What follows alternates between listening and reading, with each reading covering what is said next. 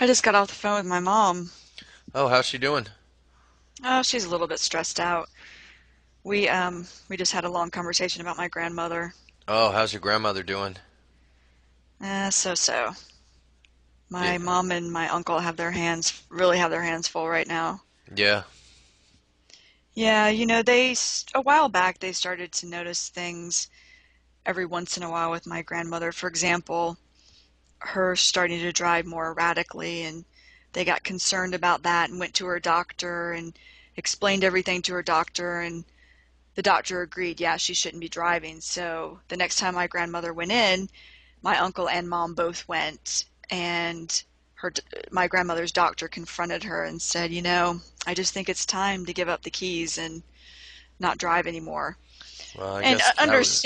yeah, understandably, my grandmother was not happy, but she did it. Yeah, I mean, when you get to that age, I guess that's bound to happen sooner or later. Yeah.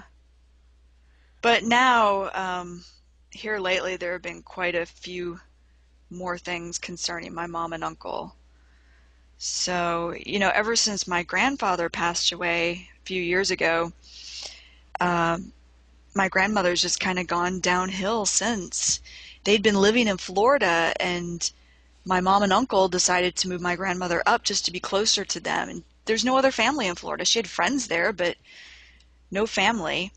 And I think it helped her a bit, but um, she's just, in general, I think since he passed away, she's just been going downhill. For example, she has emphysema, Hmm. but um, just I'd say in the past year, she's been on her oxygen tank a good bit, a lot, and was even hospitalized.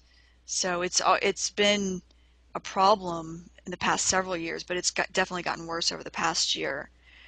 Something else is she's on a bunch of different medications, unfortunately, and she's just been mixing them up lately, which is not good. I think it just makes her cloudy and confused then in general.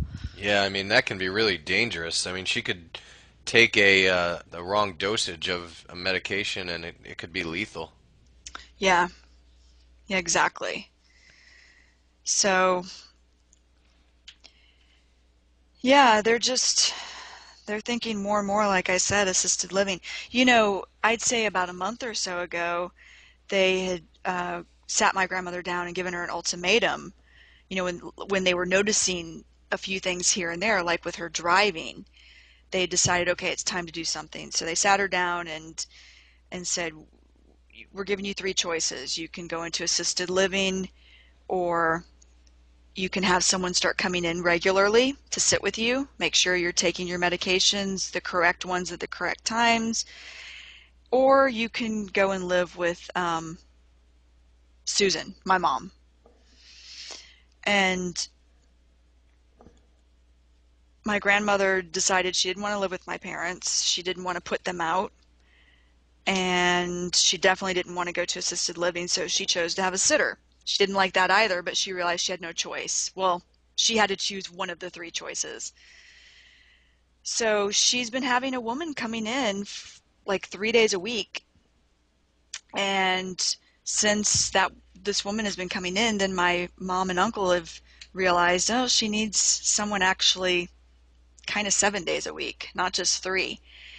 And they talked to the agency. This particular woman couldn't come in 7 days a week, so the agency actually found someone else. I think she's only this new person's only coming in 2 days, so that leaves still 2 days out of the week that my grandmother doesn't have anyone coming in. But my mom and uncle are even thinking it's to the point that she kind of needs someone 24/7. Well, not when she's sleeping, I shouldn't say, but definitely when she's awake. Yeah, I mean this sounds like a really difficult situation. I really feel for your mom. Hi, this is Kristen Dodds. And this is Joe Weiss, and we just wanted to let you know that this material is copyrighted in the year 2008 by Learn Real English LLC. www.learnrealenglish.com